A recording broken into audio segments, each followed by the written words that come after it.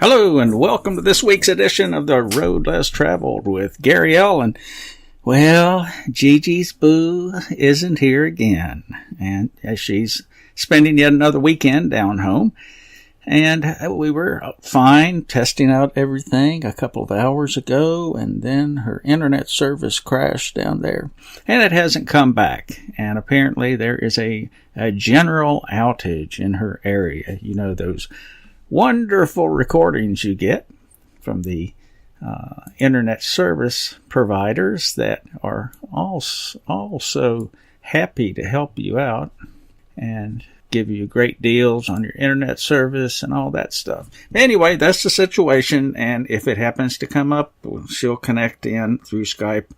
And, well, I apologize because I know no one comes here to listen to me. They come to listen to the bear.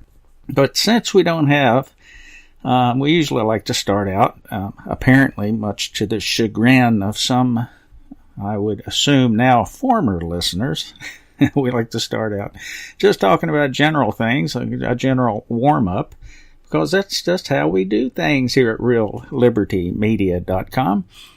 With Grimnir, who's the webmaster and runs the show and maintains all the archives. There's probably, about 5 bazillion hours of material for any of you that have an interest to coming in and checking out all the different shows that are here on reallibertymedia.com. Also, on the front page, you can find this channel selector and you can flip over to things like UCY TV, wherein you can find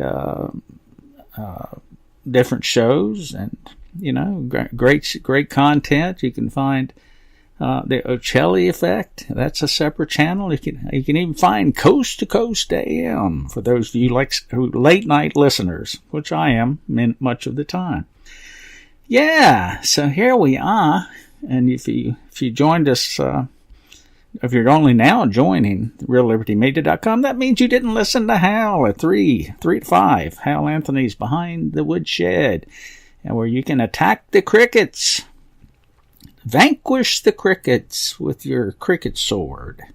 He tells you all about how to do that. But anyway, here we are. I want to say hello to Grimnir. He's out there. Kate, Asmo, Betsy, Bitcoin Bob, Chalcedony, Chloe, IB.C, Java Doctor, JJ's here, Wanna Taco, Meisterbrow, Rain, RLM Fluke, he's another one of those bots, like Barman's twin brother, I think. Robworks, Trust No One, Vinny, Beetle, hello, Behind the Woodshed, there's Hal, Colfax, Dima, Frumpy, Jehovah, Kozu, Moai, Poxified, Pawn Sauce, Sock Puppet, hello, Slim Jam Flim, and the Phantom. The Phantom is here. We always like that Phantom, but you got to keep up with him. He's kind of hard to track. But let's start out with a little story, something I came across. When NASA was preparing for the Apollo project, they did some astronaut training on the Cherokee Indian Reservation right down the road from us. One day, a Cherokee elder and his son were herding their sheep and came across the actual space crew who was doing the training. The old man, who only spoke Cherokee, asked a question which his son translated. He asked, "What are the guys in the big suits doing?" A member of the crew said they were practicing for their trip to the moon. The old man, he got really excited, and he asked if he could send a message to the moon with the astronauts. Recognizing a promotional opportunity, the spin doctors at NASA found a tape recorder, sent it up to the tribe, and they recorded the old man's message. They asked his son to translate it, though, but he refused to do that. So the NASA reps, they brought the tape to the reservation again, where the rest of the tribe listened and laughed. But they refused to translate the message at all. They said, no, we're not going to translate that. Finally, NASA, in its wisdom, called in an official government translator. He reported that the moon message said, "Watch out for these guys. They've come to steal your land." Hello! Alrighty, here we are at Real Liberty Media. Do governments do that? We're going to talk a little bit about that in one of our segments tonight. But let's talk first let's see. In many places around the world, most of this here, I don't know what, this is like preaching to the choir for most of this, but occasionally somebody new will listen in. But for most of you, this isn't all that surprising. But in many cases around the world, obesity in kids is on the rise. Imagine that. Is anybody really shocked and surprised and amazed by that? Apparently the folks at Science News, they found it amazing. Because they say an estimated 124 million boys and girls are now in the highest weight range. Well, what's up with that, I wonder, huh? I say rhetorically. Over the last 40 years, the number of kids and teens with obesity has skyrocketed worldwide. Now, get this difference. In 1975, an estimated 5 million girls and 6 million boys were obese. Okay. By 2016, those numbers had risen to an estimated 50 million girls and 74 million boys. That's a 10 times increase, a factor of 10? And that was a report that was published in The Lancet. So some people actually look at this. But then they talk about how childhood obesity has slowed or leveled off in many high-income countries, but it continues to grow in other parts of the world, especially in Asia. Well, I know I can hear the gears spinning out there. All these great folks at the Real Liberty Media chat room, which you can join if you just go to the website and come on down and put your name in and hit, join the chat. But anyway, I can hear the gears spinning. And they're saying, who has expanded their products and services into the Asian market over that period of time? And you would be right. Things like McDonald's and Burger King and all those folks. Yeah, but do they have anything to do with this? Globally, more kids and teens, an estimated 117 million boys and 75 million girls were moderately or severely underweight in 2016 than were obese. Okay. But the total number of obese children is expected to overtake the moderately or severely underweight total by 2022. But, okay, so we can see that the international corporations extend their reach into all these other parts of the world and peddle their poisons there too. I mean, I know that's what's spinning in the heads right there. That's not actually, that may be stated, I don't know, but it's certainly being thought. It says the globalization of poor diet and inactivity is part of the problem, a pediatrician at George Washington University said. He wrote a commentary that accompanies the study. Processed foods and sugary drinks have become widely available around the world, and urbanization, which also increased in the last 4 decades, tends to reduce physical activities, not to mention the onslaught of smartphones and iPads, all these things that scientific studies show that are addictive, and people actually go through withdrawal when those items are taken away. They go through physical withdrawal. So, okay, so what do we got going on? We're harvesting their, I guess I hate to use this word wealth because their wealth only really consists of a few things, but most people consider fiat currency as being wealth, which, that's good for them if they believe that. But anyway, at any rate, all these international corporations reach out there. They put you a smartphone in your hand and a supersized meal in your other hand. And you wonder why obesity is up. Well, what now? This leads to another question. What exactly happens to a high percentage of these folks who develop this obesity problem? Okay, so what happens to them? Do they not become clients for the medical industry? Well, yes, The Guardian reports the global cost of obesity-related illness to hit $1.2 trillion a year from 2025. 1.2 trillion. Stack $1 trillion up, and you can look it up online to get some visual reference about how much that is. Health bills will be an enormous burden without more preventative measures to check this worsening epidemic, that says the experts. Obesity and smoking are the two main drivers behind these soaring numbers of cancers, heart attacks, strokes, and diabetes worldwide. Grouped together officially as non-communicable diseases, they are the biggest killers of the modern world. Now think about that. You can be killed by these multinational or international corporations and their products.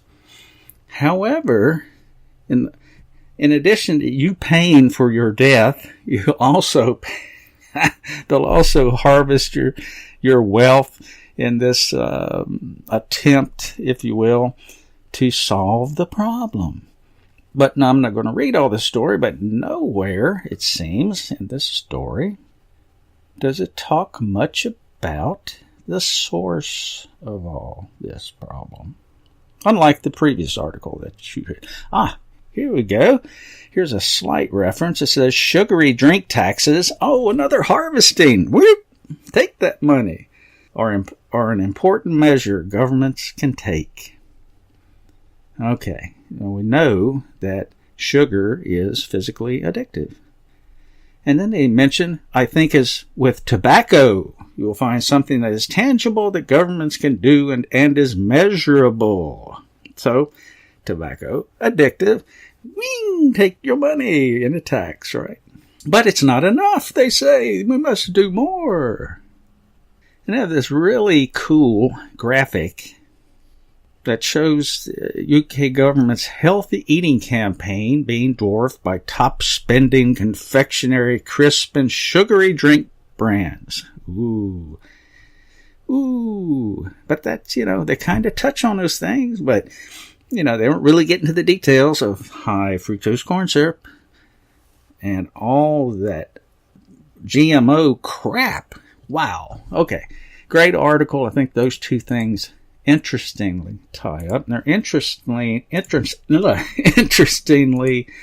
revelatory as to some of what's going on out there. Pad the pockets, corporations and governments. And of course you have the big pharma, and the medical mafia. They're not going to be undone. Then we didn't even talk about the insurance companies, did we? But talking about insurance, everybody was on the bandwagon about the so-called ObamaCare, the Affordable Care Act. Well, what a lot of people don't realize, and I didn't either until I tripped over this article, that the United States rejected an affordable care system in 1918. An article on fee.org talks about the fact that the U.S. rejected Obamacare in 1918. What a difference a mere 100 years makes. U.S. voters rejected mandatory health insurance at the turn of the last century. It took supporters almost another century, but they won. For a quarter of a century before World War I, many of the nation's young people went to Germany to complete their college education and returned determined to recreate the U.S. in the image of socialist Germany. I want you to remember the Frankfurt School as we go through this. Richard Ely was one of those folks. He founded the American Economic Association just for that reason. He and economist Irving Fisher would lead the drive for universal mandatory health care insurance. But at that time, and actually this process remained even when I was very small, because I can remember that what you're about to hear, this program, I guess you will, that we had with the doctor, your own personal doctor, was very much like what I'm about to describe. At this time, middle class and wealthier Americans paid a fee each time they visited a doctor. But the fees were too high for the working poor, who instead organized into mutual aid societies. And that way they could help each other with these medical costs. Now, this is where some of the propaganda, I guess, starts to come into play here, so listen carefully. Known as lodges, such as the Elks, or secret societies, such as the International Order of Oddfellows, or the Freemasons, or just fraternal organizations, mutual help societies existed for centuries. They followed the ancient guild practices of mutual aid to craft members.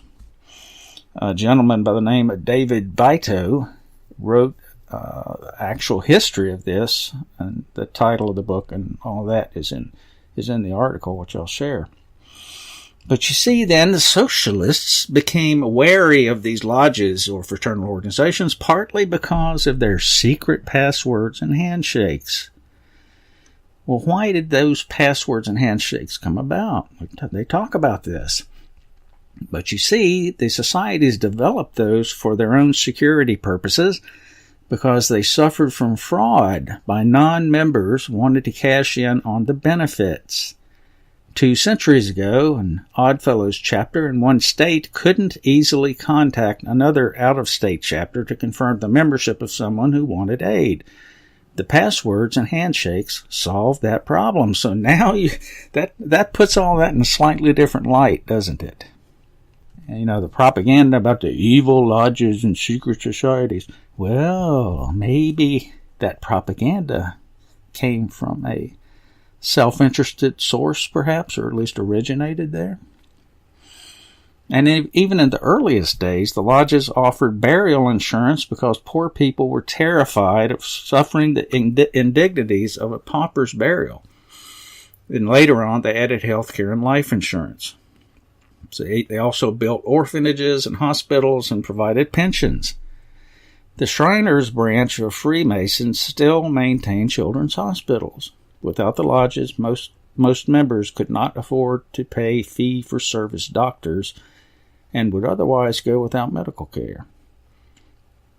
Readers who want to know how the medical care should operate and what is wrong with the system today should read Mr. Bido's book.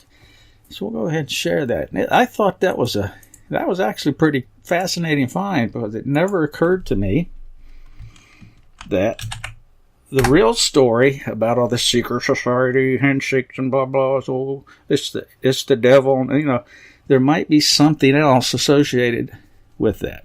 And guess what? Rockefeller medicine. What do you know? About the right time too, because those attacks began as early as the 1890s. Isn't that about the time all this started to develop with the AMA and all that sort of thing? Because the lodges, they would contract with doctors for a flat fee per year, per member. And for that, the medical care would be provided. Practice actually had a name. It was called capitation, as opposed to decapitation, I guess. But capitation, now it's actually starting to come back to be something of an interest through some guys at the feds, with the feds starting, so maybe something like capitation could handle the explosive growth of medical care. And the lodges, they usually contracted with doctors from private medical schools that were set up by other doctors to fill the deficiency of the supply of new doctors by the state schools. So it's a pretty interesting system. It's in a very in-depth article. So I'll go ahead and share that if I haven't already. I don't know if I did or not. Yeah. Go ahead and copy, and if it did, no, it didn't. Okay. Yeah, but check that article out. That's like, to me, that's like a major eye-opener. Well, it indicates that in 1924, 48% of the working class adult males were members of one of those lodges.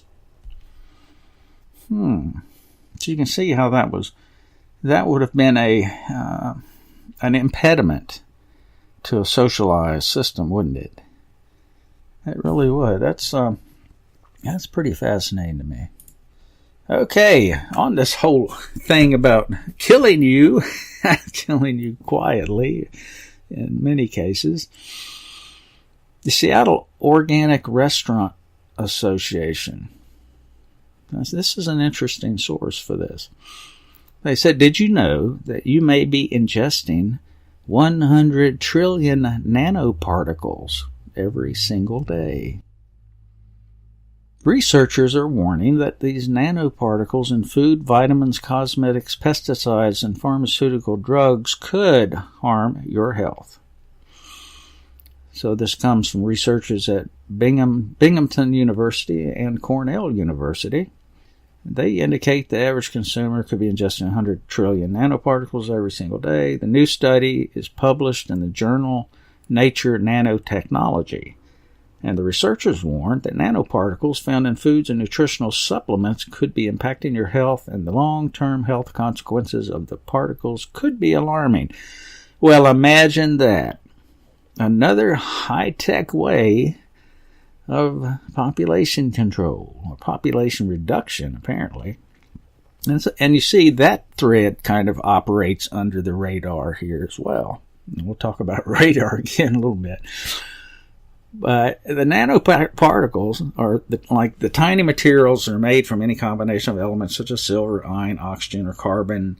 And over the past few years, they've been added to everything ranging from sunscreens, toothpaste, multivitamins, and food additives to pharmaceutical drugs. Imagine that.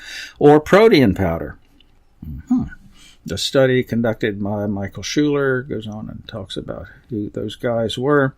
Explained that his team used both human gut cell as well as live chickens because chickens absorb iron into their bodies similarly to humans and are similarly sensitive to micronutrient deficiencies. Interesting. And it goes into some technical stuff here about the types of nanoparticles. It says the real harm of nanoparticles are vastly undermined and or undermined. I think you might mean underestimated, but I'll go ahead and say it. Undermined, and FDA allows considerable amount of nanoparticles in sunscreens and food additives. While nanoparticles are so tiny that you can't see them, they could be in your favorite sunscreen or cosmetics and could get absorbed in more sensitive tissues around your body, such as your bloodstream. And it goes into more details. I talk about cosmetics and sunscreens again, and there's a chart that actually displays a few U.S. packaged foods that seem to be indicated to contain nanoparticles. So that might be of interest to you guys who have an interest with this. Okay, but here's where it gets fun.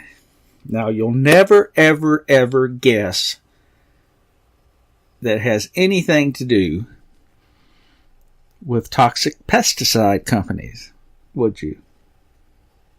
Yeah, Frumpy, that's something I think. I don't think they touch on here directly. However, yeah, it's the chemtrail connection is certainly one that's been observed.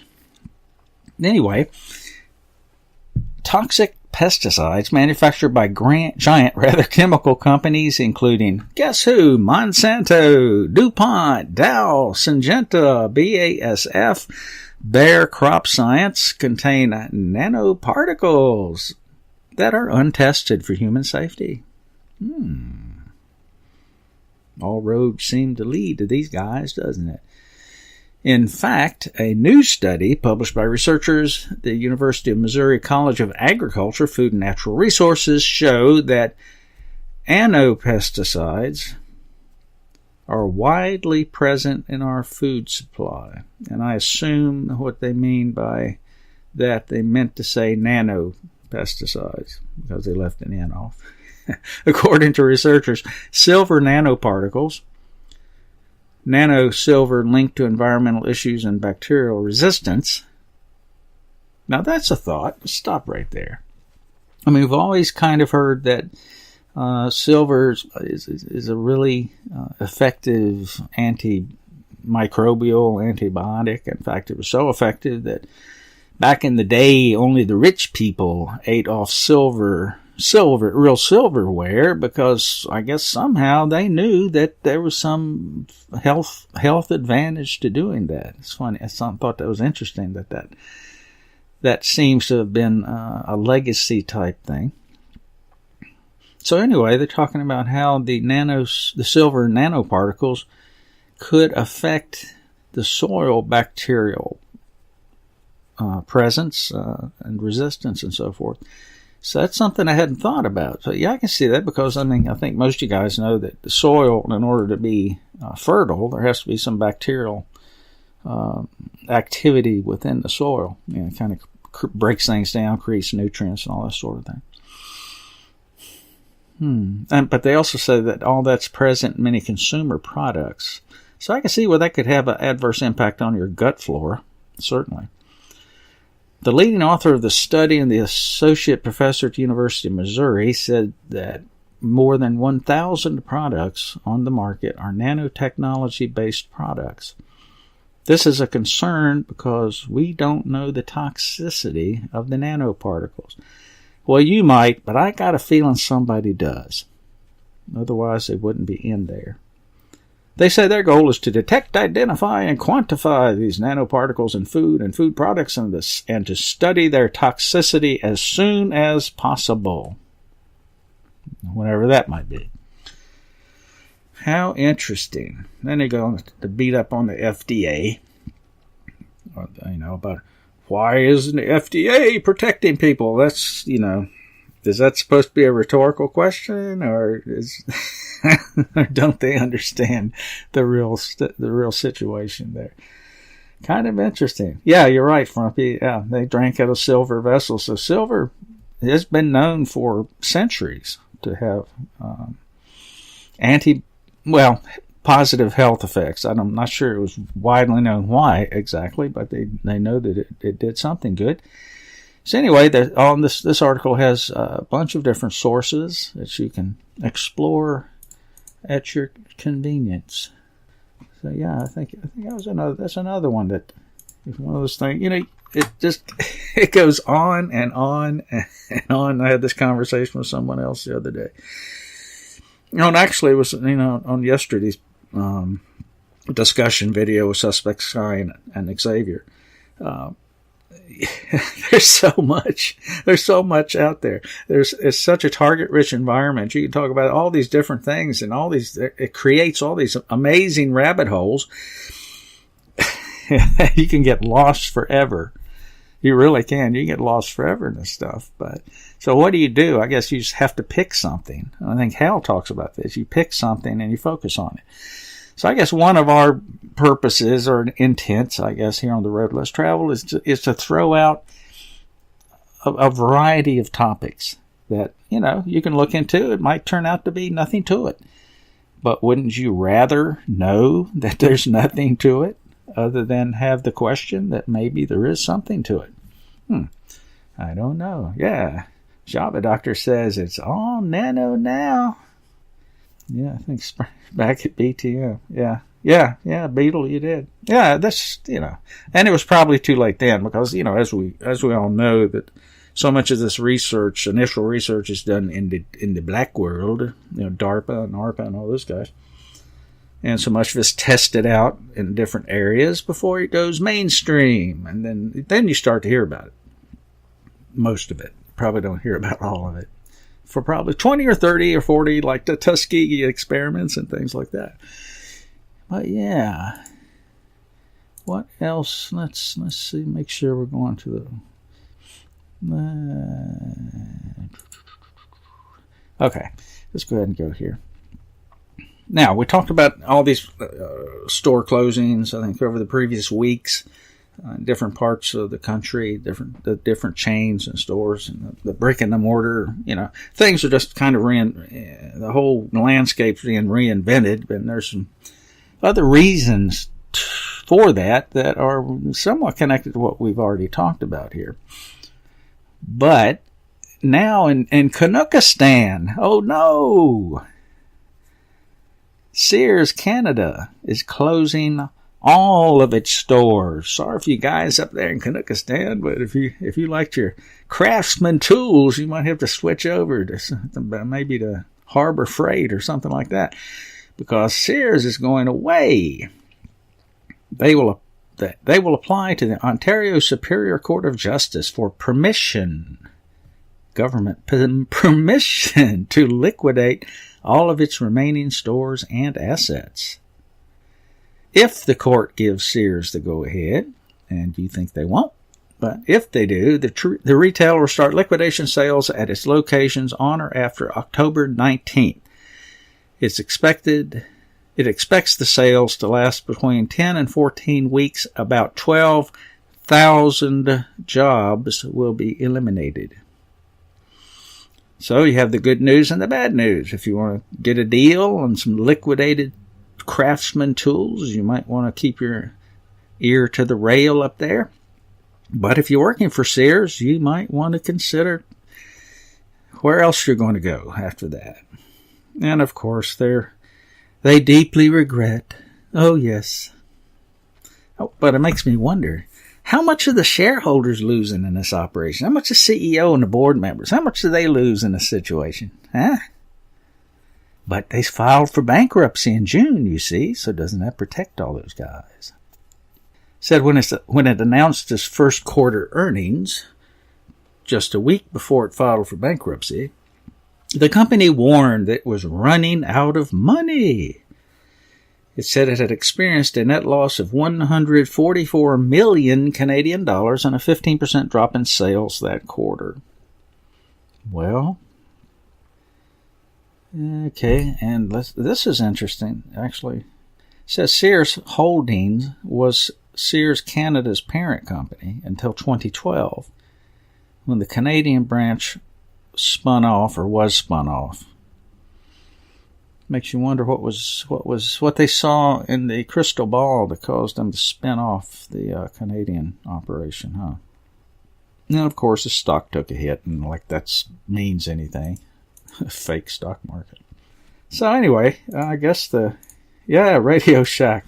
I'll tell you what, I wish somebody would pick up. I remember when Radio Shack came into existence, and actually one of the first opportunities in my life that I screwed up and missed out on completely was prior to Radio Shack.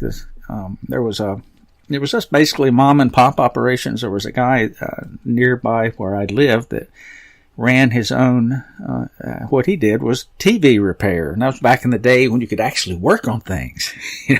He could bring a new tube and replace a tube or something and fix your TV, or come right to your house and do that. Not how far we've come, right? But anyway, his store was called Scotty's Radio and Electronics. And later on, it became affiliated with a brand called Lafayette. I don't know how many of you old-timers out there remember Lafayette, but he was affiliated with that. And he had a pretty going concern. It was basically an electronics and parts store, very much like how Radio Shack originally came about. And he made me the offer right out of high school to manage one of his stores. And of course, me being, eyes on different targets, took off and went in a different direction. Of course, later on, he was bought out by Radio Shack. So there you go. That's one of those things in life that just, things kind of get away from you when you're not looking. Let's talk about everyone's favorite topic here, government. I know this is particularly at reallibertymedia.com. Everyone's all about government, everybody. You got to have a government out there, right? This is an article from controversialtruth.com, or it's actually con-true.com. It's the name of the site's Controversial Truth. Kind of an interesting site. You might want to check it out. It talks about all government powers are based on mystical justifications. Now, how many people here disagree with that? I just know it, but people are already getting mad. They don't believe that. They say it's one of the great political mysteries, the success of governments in ruling over societies with little popular resistance, even when those governments have been engaged in brutal tyrannies. Now, who would have done that? Come on, guys. Who believes that? Government's your friend. This has been no less true for democratic regimes, under which levels of taxation actually have been far higher and degrees of regulation much more intrusive than under tyrants of bygone ages. This in spite of the fact that those governments are formally answerable to the people. Well, certainly.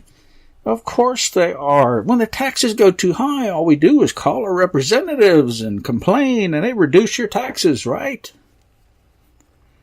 But when they regulate you out of business and off your own land, as Hal might talk about, you just call them up and say, oh, please don't do that. And they'll stop doing it, won't they? Historians have long understood that most modern states have their origins in conquest and plunder. Invading tribes and bands would vanquish a population and settle down to permanently live off those whom they had not killed during the conquest. So they harvest them, right? That's a pretty popular thing to do, it seems. The German sociologist Franz Oppenheimer especially emphasized this in his classic work on the origin of political power and authority called The State. He argued that there are fundamentally two ways by which individuals may obtain the material resources to maintain and improve their lives: the economic means and the political means.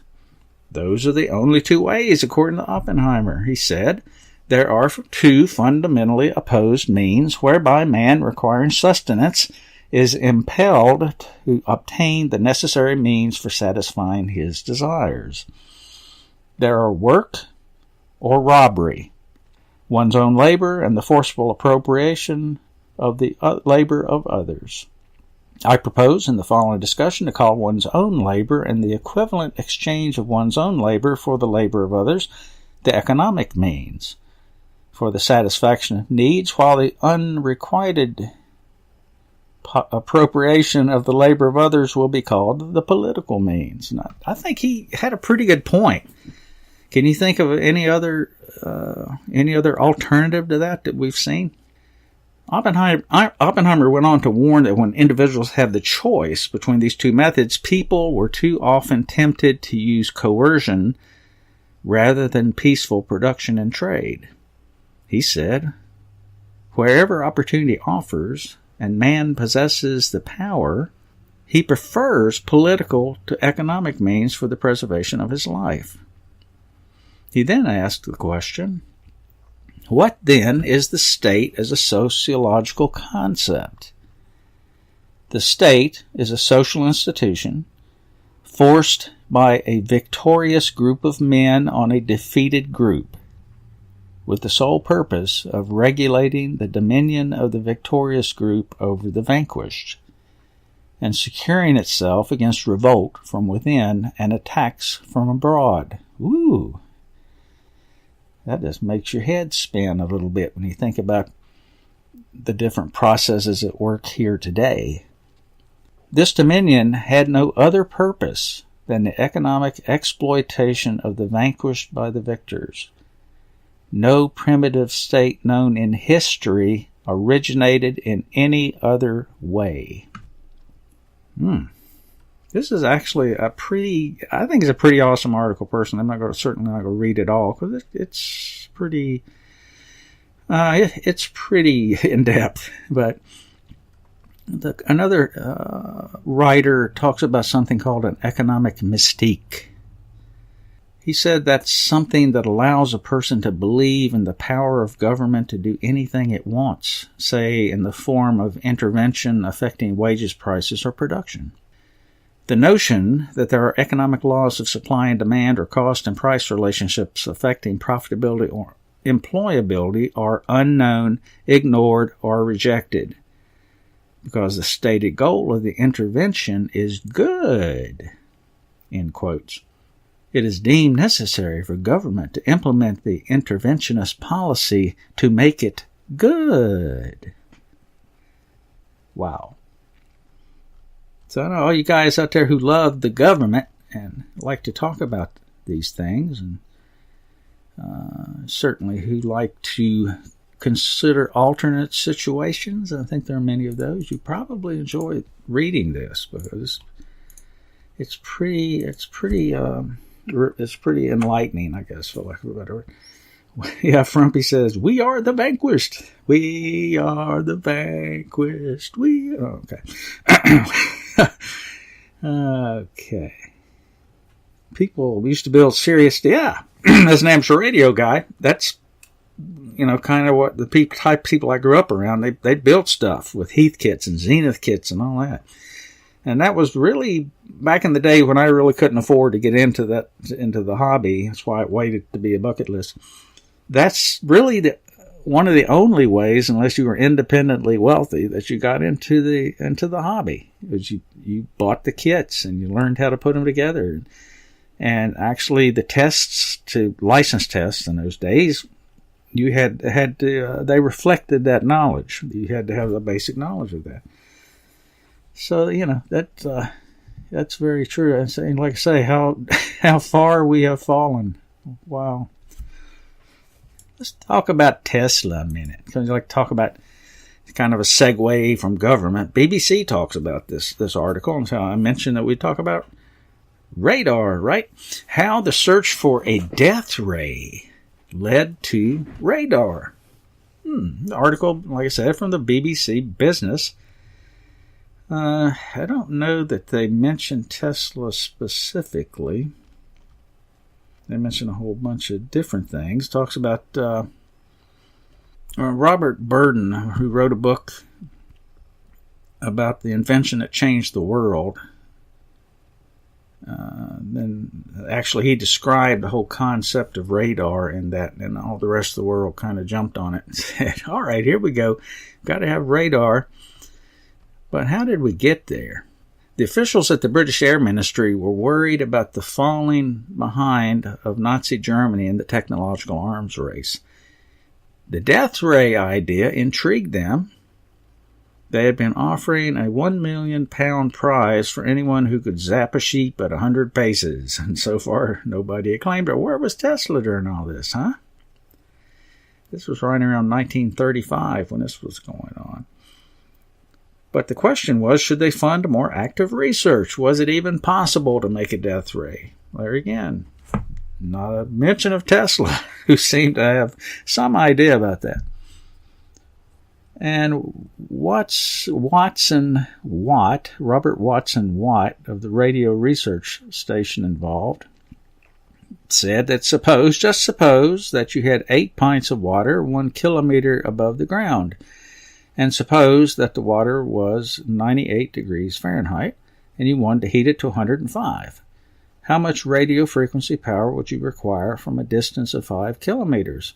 So that's basically the thought process that started out and effectively turned into radar. And I'm not going to beat this up too much, but there was a major breakthrough in 1940, something called resonant cavity magnetron, or a radar transmitter far more powerful than its predecessor. So if you're into that kind of history, electronic stuff, I think some of you are, you'll probably find that to be an interesting article, a little scientific article. I'm just sad that Tesla just didn't wind up in the conversation at all. So, anyway, of course, I'm kind of a Tesla guy. Where are we at? Let's wander off into the absurd a little bit. absurd to me. RT.com throws out this article. I'm sitting there again. We're into this world of cupcakes and unicorns and all that, and trigger words, and people are so uncomfortable. And exactly the lead line: uncomfortable language causes the book To Kill a Mockingbird to be pulled from a Mississippi school district's curriculum. The classic novel To Kill a Mockingbird has been removed from the curriculum in a Mississippi school district because its language makes people uncomfortable. Of course, critics accuse the school board of a confounding level of censorship. Well, that's probably true. Considering the fact that a school is a governmental function, and the government, according to the rules that they wrote down on a piece of paper, they can't violate speech. But seems they do. The 1960 novel by Harper Lee deals with racism in the American South, and I think all you guys are aware of that. Atticus Finch is the lawyer. That's who Atticus was. The dog was named after, actually, if you didn't know that. And it was Gregory Peck in a 1962 film adaptation. The vice president of the Biloxi School Board told the Sun Herald newspaper there were complaints about it.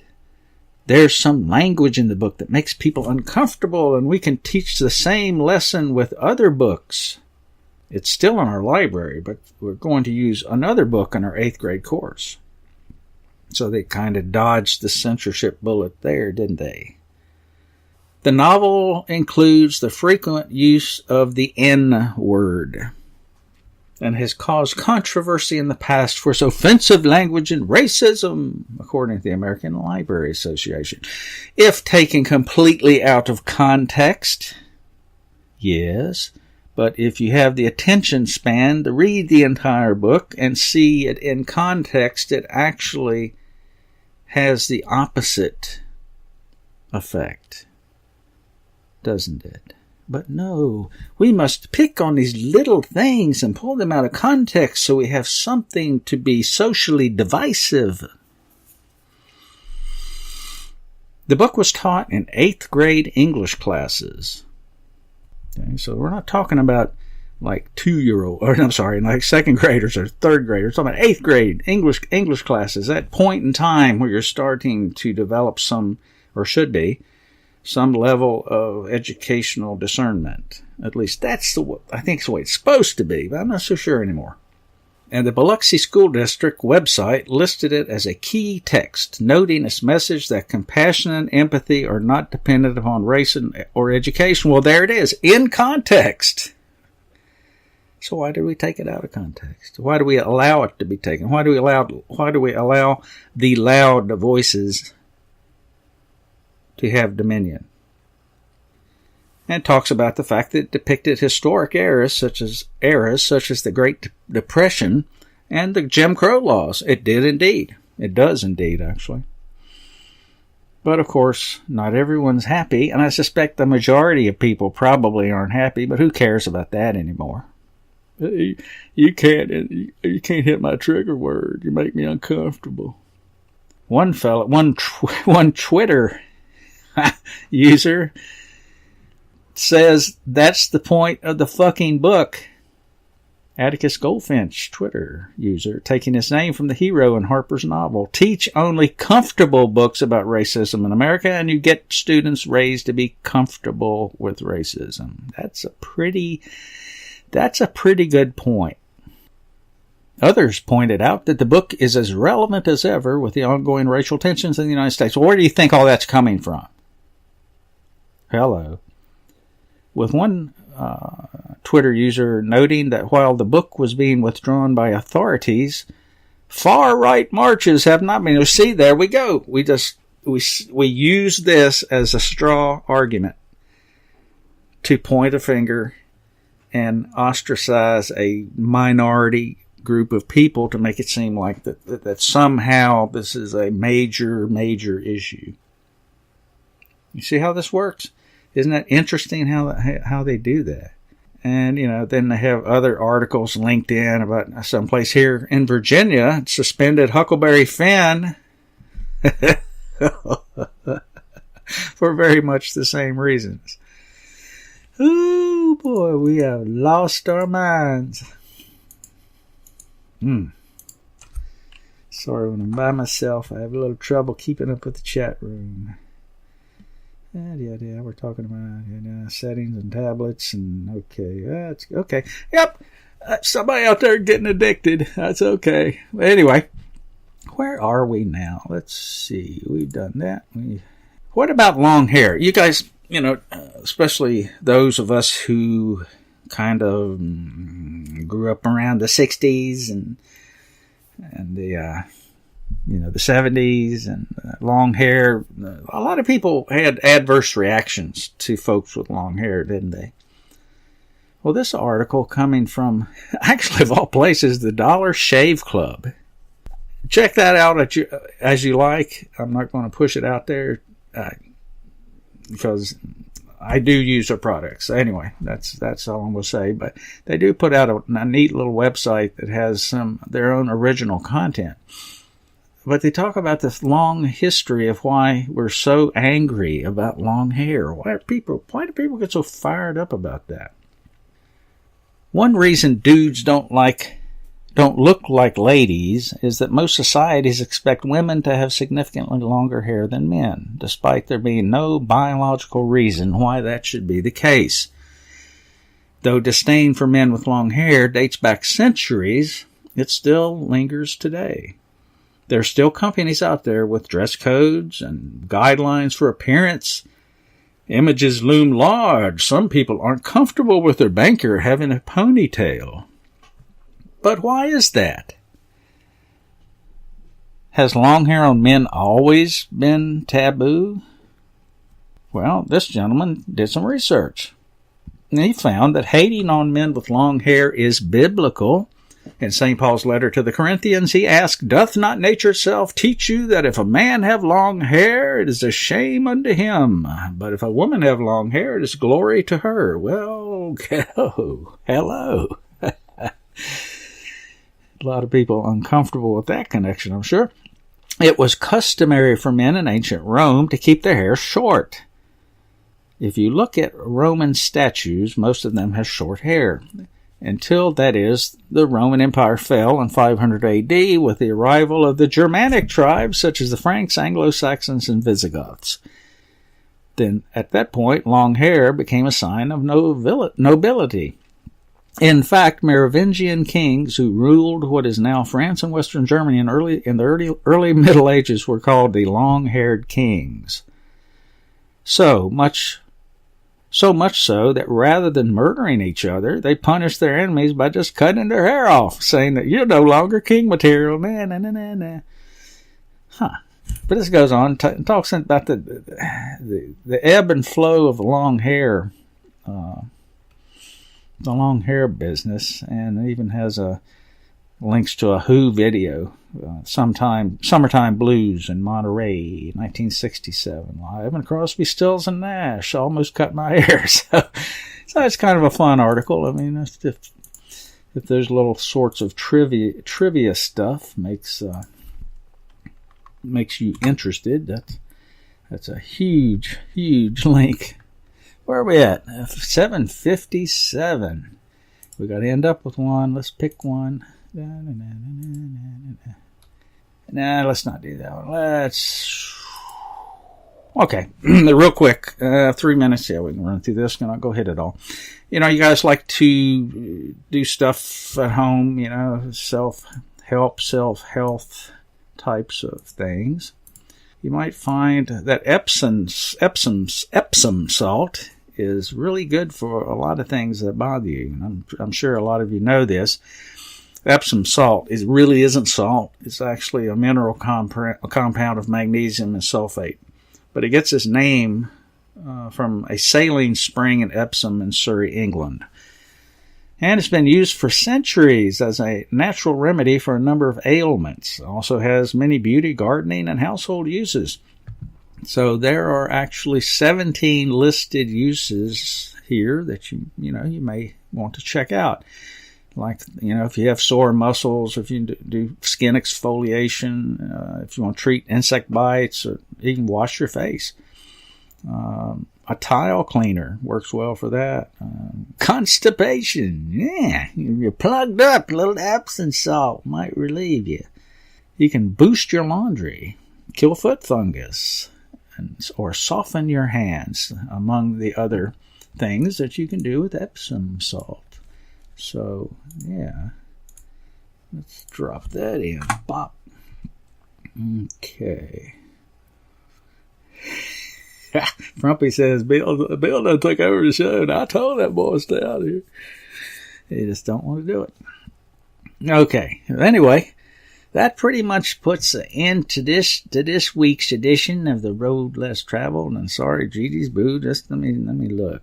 Maybe she was hiding. No, I guess their internet's still down. This is getting to be too much of a habit. And what was it? Last week they had storms that knocked everything down. This week is just down. I don't know. Maybe we might need to do something about that. Not sure what. Anyway, I hope you guys have a great week, and check out all the different content that you can find here at reallibertymedia.com, and check out UCY TV right after the show. And there's a really good show that comes on there. Clint Richardson. Yeah. Anybody familiar with Clint, or if you're not, I guess I should say, you should really tune in. Give him a listen. I think you'll find it most informative. Anyway, that's it for us. Thanks Behind the Woodshed. Thanks Cowboy Tech. Thanks Grimnir. Thanks all you guys at the RLM chat room. Thanks for hanging in here with us tonight. So until next week, I'm GaryL speaking for Gigi's Boo, and we're out of here. Take care.